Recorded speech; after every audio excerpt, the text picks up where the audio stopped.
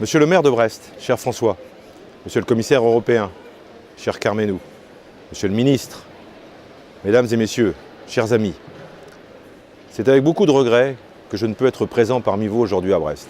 Je suis en effet retenu au Parlement européen, à Strasbourg, par la session plénière.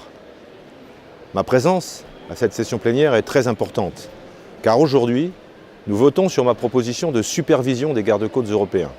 C'est un enjeu très important, notamment pour la stratégie atlantique. Vous êtes réunis aujourd'hui à Brest pour une conférence des parties prenantes de la stratégie atlantique. Il y a exactement 3 ans, nous étions déjà ici, dans cette salle, à Brest, pour travailler sur le plan d'action de la stratégie dans le cadre du Forum Atlantique. Que de chemin parcouru depuis. Nous avons maintenant un plan d'action avec des objectifs ambitieux et un mécanisme d'assistance pour guider les initiateurs de projets. C'est une vraie réussite. En ma qualité de rapporteur sur la stratégie atlantique au Parlement européen, j'en suis très heureux. Nous partageons des objectifs communs, protéger, sécuriser et valoriser la région atlantique.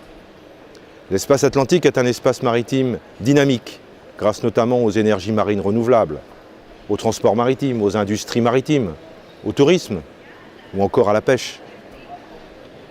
C'est aussi un espace dont l'environnement est fragile et qu'il est nécessaire de préserver.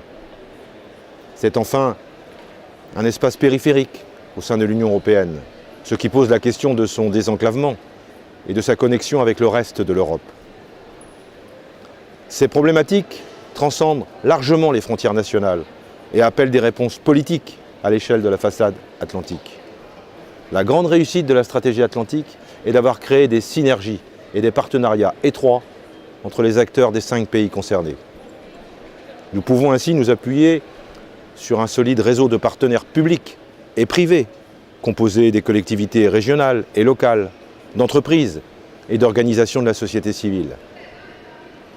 J'en profite pour saluer le travail remarquable de la CRPM, qui est un partenaire de premier plan depuis le début de cette aventure, parce qu'il s'agit bien d'une aventure. De nombreux défis nous attendent.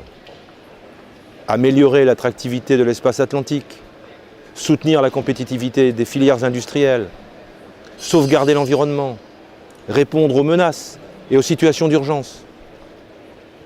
Ces défis, c'est à vous tous, ici présents, de les relever avec vos idées, votre engagement et vos initiatives.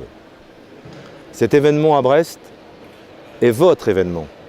C'est sur vous et sur vos projets que repose la réussite de la stratégie atlantique. Je vous souhaite des échanges fructueux dans la cité du Ponant, en espérant que l'air marin de l'Atlantique soit pour vous source d'inspiration. Je vous remercie.